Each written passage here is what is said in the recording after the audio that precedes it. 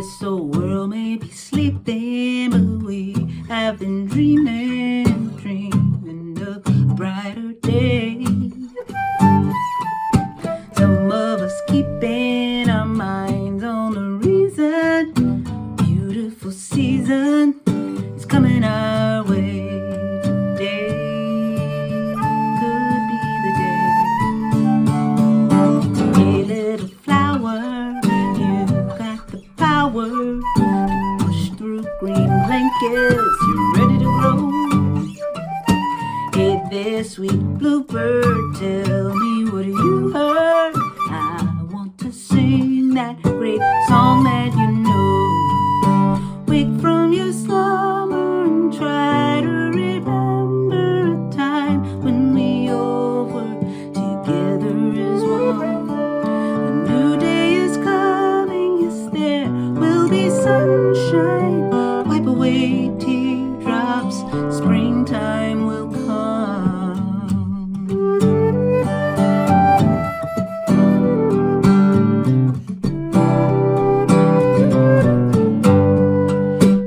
It's been so lonely, but that was only our chance to realize the love that we need.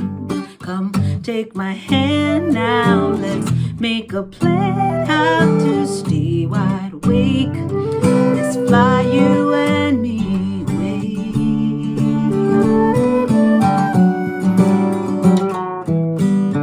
Wake from your slumber and try to remember a time when we all were together as one. A new day has come, tell me you feel the sun.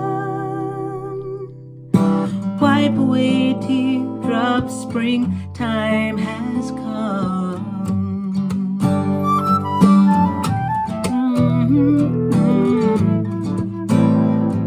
I'm wide awake now.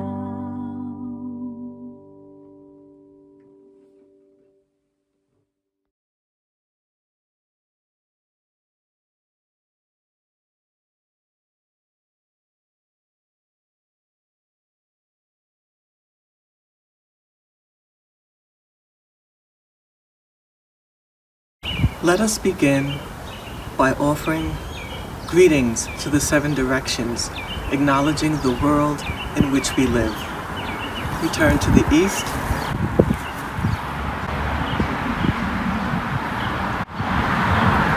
where the sun rises. We turn to the south for its warmth and energy. We turn to the west. That is where wisdom lies. We turn to the north to honor our ancestors. We turn to the earth and bless her always. We reach before the sky for all the gifts that He brings us. And we pray for the spirit that is within each of us.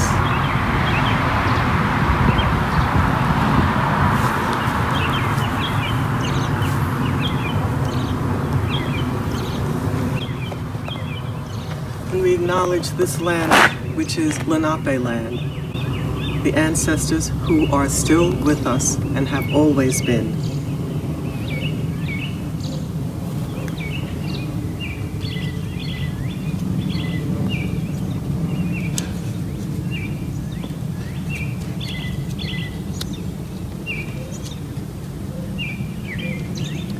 May their wisdom teach us that what we do impacts the seventh generation to come, so that they may again grow strong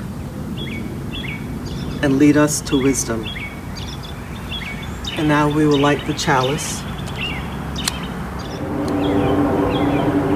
Chalice is, of course, a symbol of our Unitarian Universalist faith, which looks to embrace the eighth principle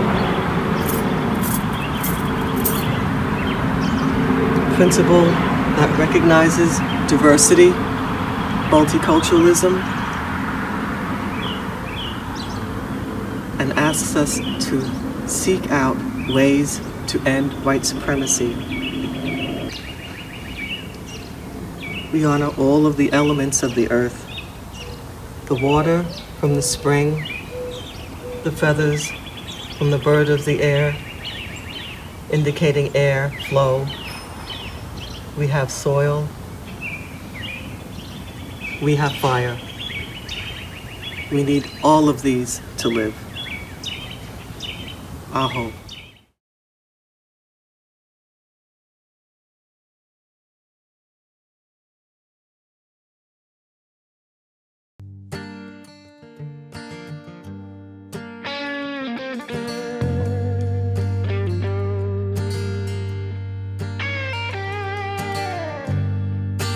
Put out the fire. Put out the fire. Put out the fire.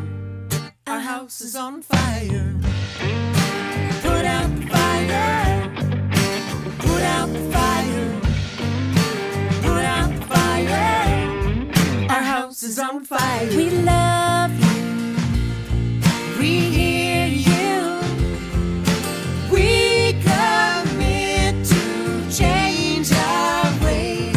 Not later, but sooner. Right now, for your future. Youth can't wait. Put out the fire. Women can't wait. Put out the fire. Blind can't wait. Put out the fire.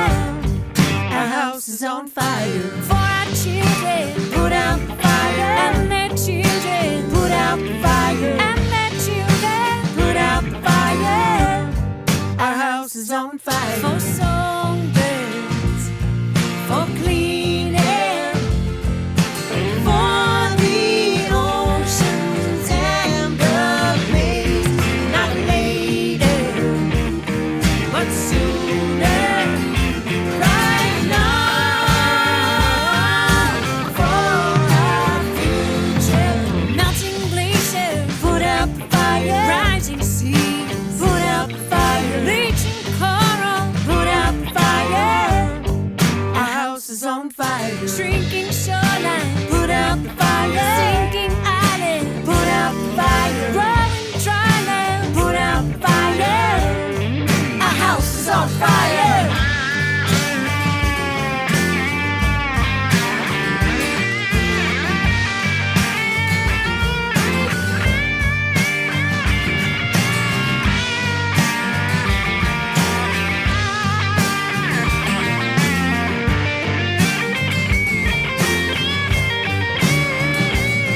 Let bees live, let trees grow, let the snow fall where it may. Not later, but sooner. Right now, for the future. Right now, for the future. Right now,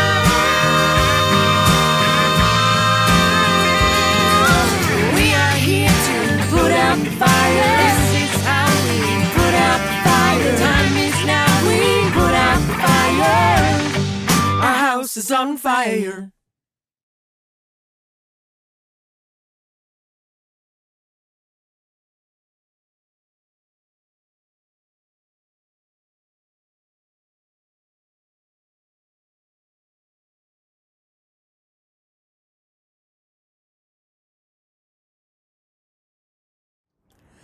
Hello, I'm the Reverend Elizabeth Mount, and I'm here to tell you about the sweet story of a honeybee. So on a bright and beautiful day in the land of might have been, where the land sings and the animals talk just as plain as you and me, a young honeybee was just waking up from their sleep. Now this honeybee was a drone.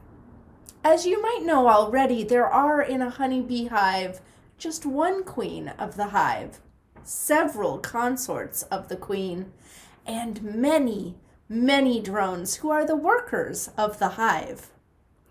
Well, this young drone, appropriately named Beatrice, had just grown up enough to take their first flight out of the hive to begin harvesting the nectar and the pollen that bees need in order to feed themselves and make honey to store for their winter food. Beatrice was so excited about their first flight and just buzzed off to begin gathering nectar, coming back as fast as they could fly with a full tiny basket of pollen and all the nectar it was possible to carry. Again and again, Beatrice zipped off to fill up and zoomed back like the tiniest little superhero, just swooshing and swishing through the air. By mid-afternoon, Beatrice was very tired from all of this zipping and zooming about, and not a little cranky, too. It had only been one day, but bees don't live very long. And, well, Beatrice was concerned at how small the pile of pollen was, how very little nectar she seemed to have gathered for the hive. Beatrice stopped to rest for a moment near an elder drone by the name of Abigail. One drop, and not even a big drop, Beatrice pouted. Yes, one small sweet drop, Abigail replied, but in a much different tone of voice. Yes, it looks small, and in your entire life, you'll probably gather no more than enough nectar for 1/12 of 1 teaspoon of honey. Then why even bother? Asked Beatrice. It doesn't seem like I make much of any difference at all. Well, said Abigail, if we all gave up, then what would happen? Well, I guess there wouldn't be any more honey or pollen, and then the queen would stop having babies, and the young would stop being fed, and the colony might die off. That's right, said Abigail. You only make a small bit of honey, but that small amount, and my small amount, and all of our drone comrades together, we make as much as 6 or 10 gallons of honey every year. So much that without tending from a beekeeper, we could fill up a hollow tree or a vacant hive, and we'd have to move on every couple of seasons. It turns out that everyone's small effort is the only way to sweet success for this hive and for all honeybees. Wow, said Beatrice. I guess I'd better get back to doing my part. Well, said Abigail, that's not quite right either. Rest for a moment and gather yourself. Make sure you're fed and well before you go back out there. You see, everyone's effort is necessary, but it also matters that you're well nourished and sustained and that you have fun. Don't just gather the pollen as fast as you can. Stop to smell the flowers too. You'll be happier, and the whole hive will benefit from it because you'll be part of a whole community that's healthy and well. Oh, said Beatrice, but don't we need to get as much honey as possible for the winter? Abigail paused a moment because this was a tender lesson to impart. The answer is yes and, really, said Abigail. The truth is that honeybees only live for a few weeks, and neither you nor I will perhaps ever see the winter time. But what we gather and how we choose to be in this time, that will leave a legacy for the future, and we'll teach the bees who come after us how to be a bee. And with that, Beatrice understood, and Bee and Abby shared a tiny cup of tea, sweetened with an even tinier drop of honey. And they watched the wind and the sunshine play over the flowers before going back to work, a bit wiser and better for their conversation. I hope this story makes you feel a little wiser and better and more ready to be a part of your community of resilience. Blessed be.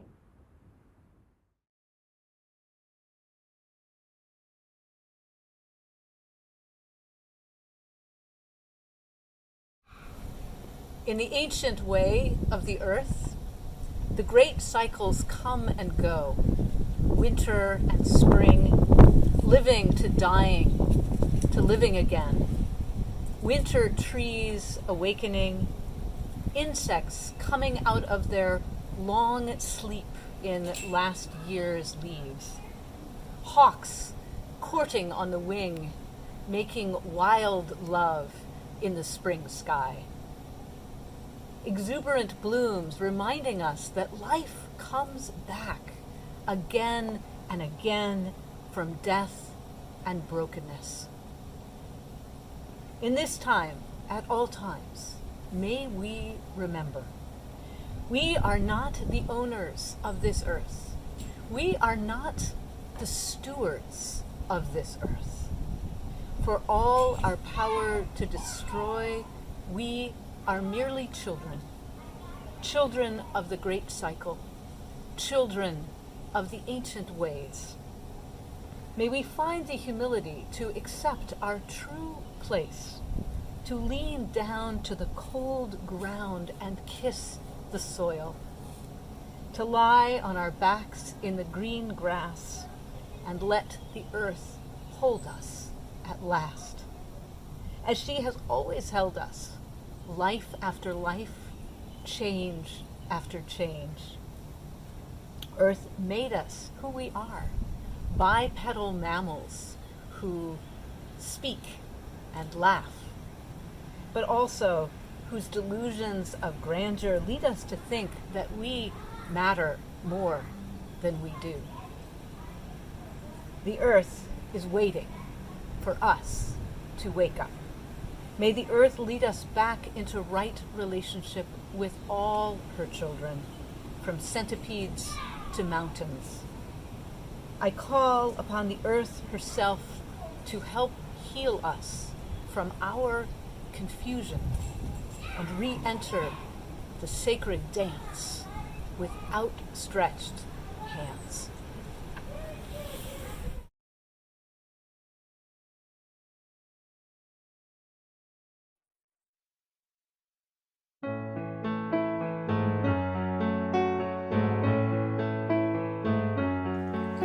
This precious web of light on earth, inheritance of wonder, has every blessing freely given to ya. It is a fragile, holy ground, a treasure to be handed down, our overflowing hearts sing hallelujah. Hallelujah.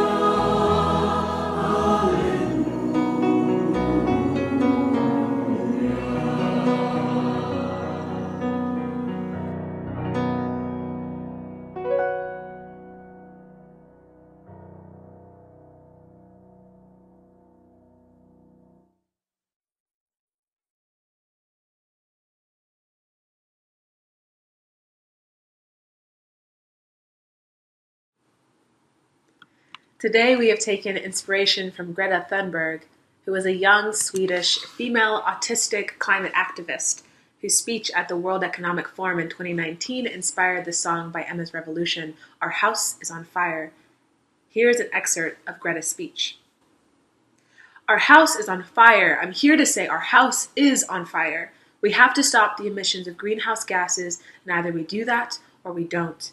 You say that nothing in life is black or white, but that's a lie. A very dangerous lie. Because either we prevent 1.5 degrees Celsius of warming or we don't. Either we choose to go on as a civilization or we don't. That is as black or white as it gets. Greta is clear. She is practical. I respect it. Greta says we must shift nearly every aspect of society urgently to attempt survival as a species on this planet. But what is stopping us? As a minister that trusts and centers life, I ask what prevents reasonable and natural right action. This is the dilemma that we must resolve to address the core source of the environmental mess that colonization and really capitalism has whipped us into in just a matter of a couple centuries. We've been presented a cultural framework with binaries that failed. Like Greta says, and male and female are blood snippets of truth from a historical and scientific evidence that there is much more and is ever shaping and shifting. Day and night are short changes of the reality that dawn and dusk also exist. Yet Greta says there are some black and white truths. She says either we choose to go on as a civilization or we don't. Well, today, I present to you my black and white truth. This duality is at the core of not just the human experience, but what I often call the carbon experience. The network of life we belong to and cycle through. Like bees, part of a colony, our bodies are part of a larger organism, an organized system. Here it is. Either we center life or we're glitching. Here's the science behind it. The autonomic nervous system in vertebrates is the part of the nervous system that controls and regulates the internal organs without any conscious recognition or effort by the organism.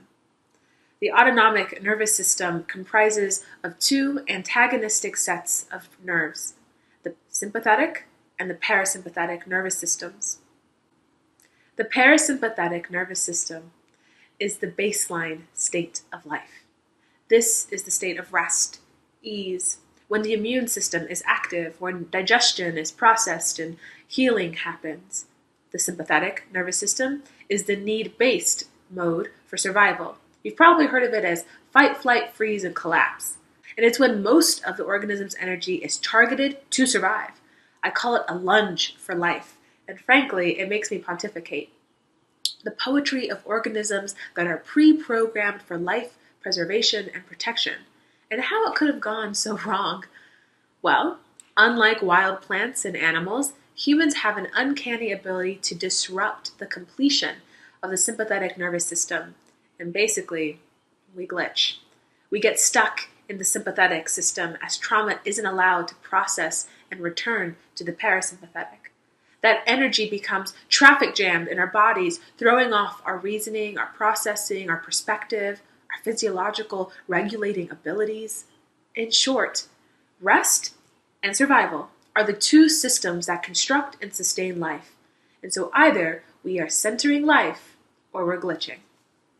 If we desire to sustain life, if we desire to save our chance at inhabiting this planet, to defend all human black bodies, indigenous bodies, people of color, disabled, queer, women, trans bodies, if we desire justice and equity in our social order, we must restore these two systems in our bodies and in our cultures. Because our culture glamorizes hustle and busy and avoids rest. We believe excess isn't enough, and there isn't enough for everyone.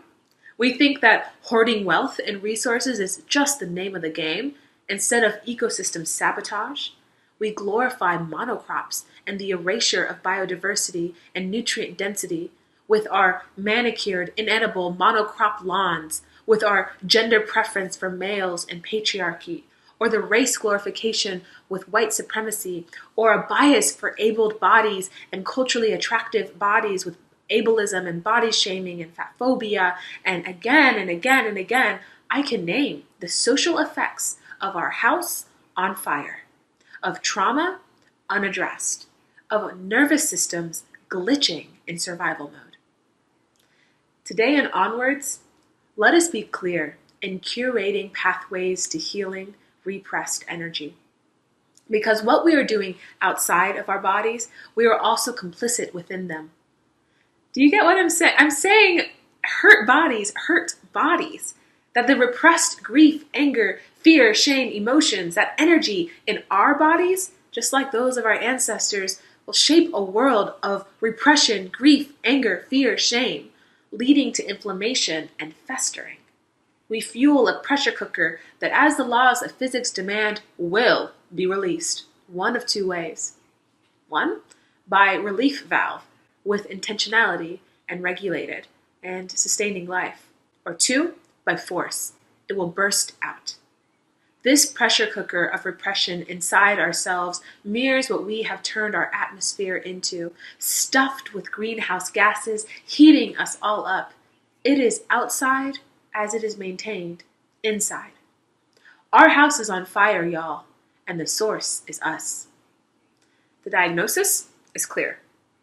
Hurt bodies, and our relationship to life as Homo sapiens still easily can skew towards self-sabotage. So we must build a lifestyle of healing, constantly bolstering our resilience and addressing emotions as they present themselves.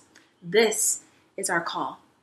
Leah Morris gave us the equation in their song titled Spring Thing, and in the chorus, Leah sings beautifully, "Wake up from your slumber, try to remember a time when we all were together as one.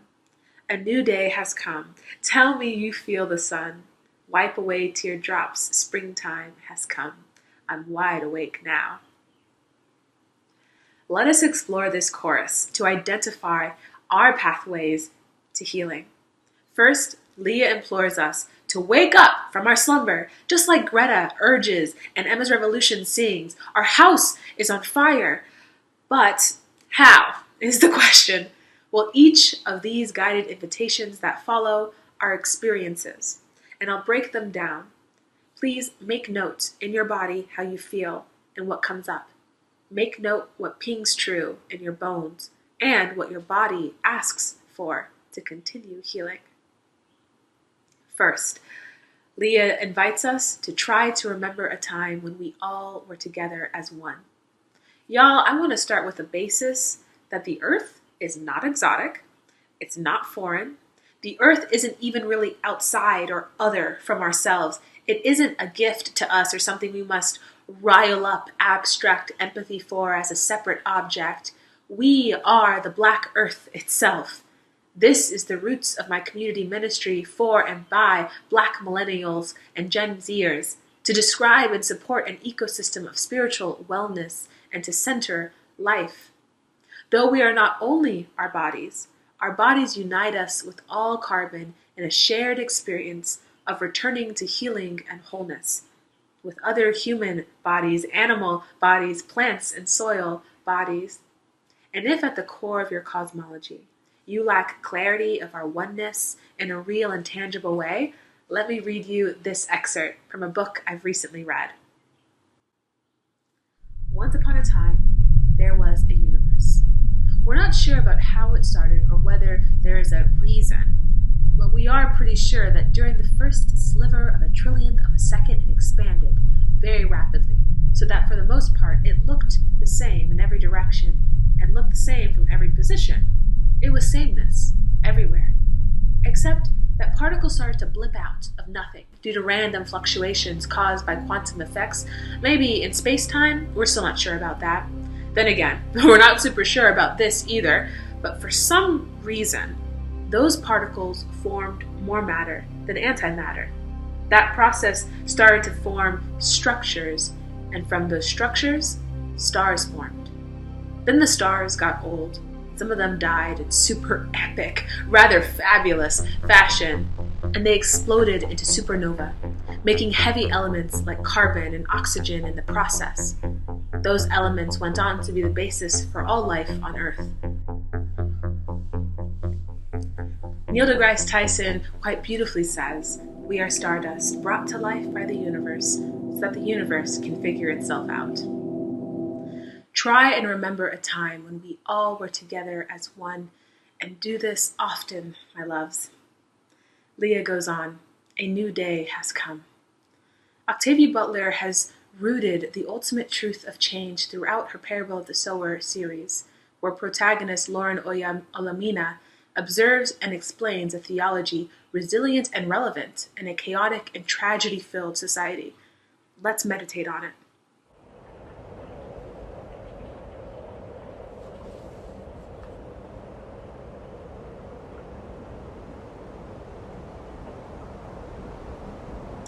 All that you touch, you change. All that you change changes you. The only lasting truth is change. God is change. When you feel stiff-necked, when your mind is narrowed and limited in possibilities, when you are stuck in survival and need to disrupt the pattern of pain, remember, the lasting truth is change. We consciously and unconsciously shape change, and change consciously and unconsciously shapes us. Whether for the better or worse, change is promised in the forecast. A new day comes. So now, what can we do with it? When Leah sings, "Tell me you feel the sun," I hear them asking us to remember in the midst of change, in our bodies, the shared blessing of pleasure. That ease and rest, the liminal space where we heal and restore our souls. So let me tell you a memory I revisit often to tap my body into ease and the parasympathetic. A few years ago, I visited friends in Trinidad, and one day we were hiking and searching out waterfalls in a lush, dense, and vibrant forest.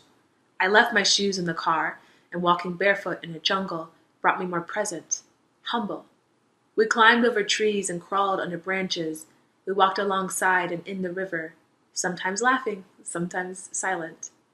When we got to the waterfall, I gazed at the top hundreds of feet above us. I swam out and sat under the falls, and hundreds of gallons of water shook my body and cleared my mind. I slipped back into the pool, crafted by nature, filled with the crashing water, and followed my body's instinct to float on my back. In moments that felt like forever, with my ears under the water, I could hear the waterfall churning, my heart beating, engulfed in life, vibrant and pounding, and I felt ecstatically connected. My eyes looked up at the tree canopy with slivers of sunlight dancing through. I felt, in that moment, I was in a familiar dream. I was not my body. I couldn't feel where I ended and the water, the wind, the sky, the trees began. It was connection, peace, and fullness. So much I didn't notice warm salt water leave my eyes and join the overflow all around me.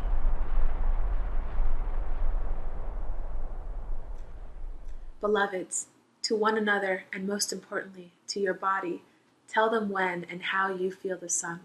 Revisit it. Draw from this embodied well that needn't run dry. Next, Leah reminds us to wipe away teardrops. I hear in the harmony and lyrics the imperative to process our trauma. I'm not asking if you've exposed your nervous system to tragedy porn regularly, or if you slump under the weight of existential terror and anxiety with your friends. I'm not asking us to attempt centering life via shame or fear. When I ask, have you wiped your tears? I'm asking, have you explored self-sabotage trauma responses in you? It may very well be overwhelm or shame or terror. Have you sat with love and curiosity for your frenzy? Have you listened to the anxiety behind your desperation to flee? Have you ritualized and strengthened with practice your tolerance and skills for managing discomfort, even though you've learned to deny and avoid conflict like a pro? Have you sat with your anger until it revealed fear or sadness? Then, have you stayed as your body, your carbon-made, life pre-programmed body witnessed as it processed the obstacles to wholeness and digested stuck and festering emotions? Have you gathered the wisdom from your bones and made an altar for them? Have you been with the pain human society has feared facing for centuries and survived, returning with the sureness that life returns to life? Woe ya ya. Have you wiped teardrops, beloved? If not, make haste in building a lifestyle of healing so you can install a pressure valve in your body, not only for this accumulated and the upcoming traumas that you will experience in your life, but also for all that is stored and eager for release from your ancestors who forgot or were obstructed from the way to healing. This is our teleological imperative, first to flourish, and second to heal any obstacle to flourishing. Finally, Leah sings, "Springtime has come, I'm wide awake now." In short, rinse and repeat. This is a lifestyle of remembering and returning, of processing and acknowledging. It is the motion from rest to survival and back again that we access the fullness of our life force energy. We are awake and able to put out the fire. So remember our oneness and the inevitability of change. Soak your body regularly in organic and earnest pleasure and rest. Make spiritual the lifestyle of healing. Then repeat, beloveds. Each one of us has the power to shape change and widen the pathways for healing for all life. May you remember you are beloved, and go forth and be love. May it be so.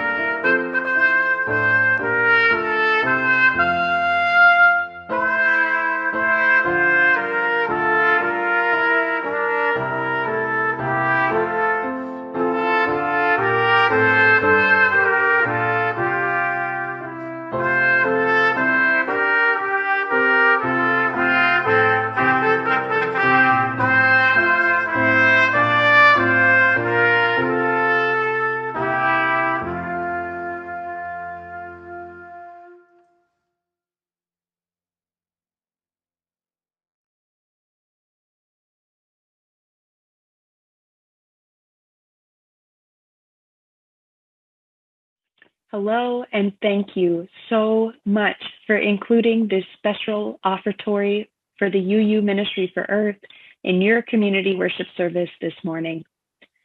UU Ministry for Earth's mission is to be a wellspring of spiritual and educational grounding and practical support for bold, accountable action for environmental justice, climate justice, and the flourishing of all life.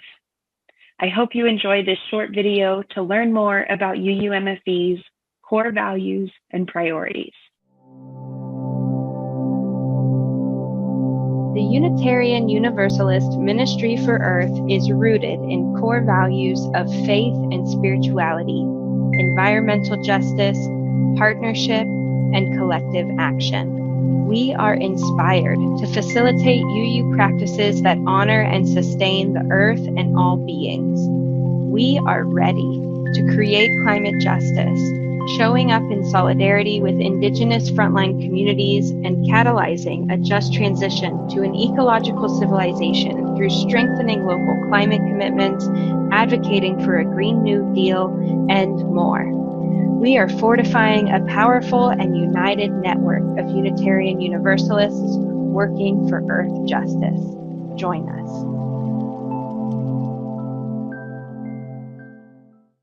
Your support for this ministry is so important.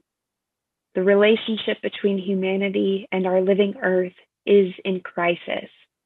How we navigate this time and these next few decades will impact all life for generations and centuries to come.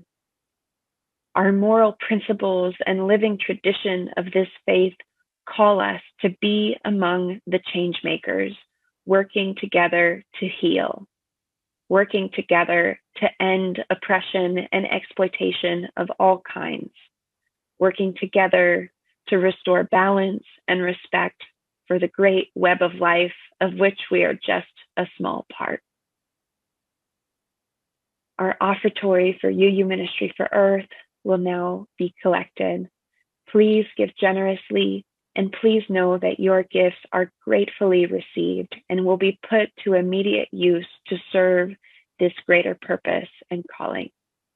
Thank you.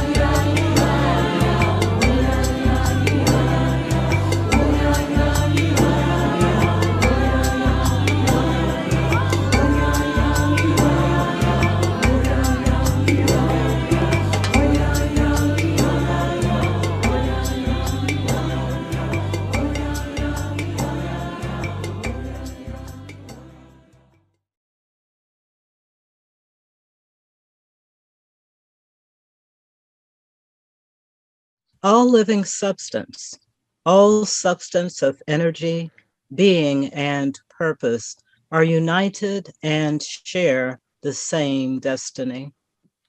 All people, those we love and those we know not of, are united and share the same destiny. Birth to death, we share this unity with the sun, earth, Our brothers and sisters, strangers. flowers of the field, snowflakes, volcanoes, and moonbeams. Birth, life, death, unknown, known, unknown. Our destiny, from unknown to unknown. May we have the faith to accept this mystery and build upon its everlasting truth. Amen. Amin. Akshay. Go in peace.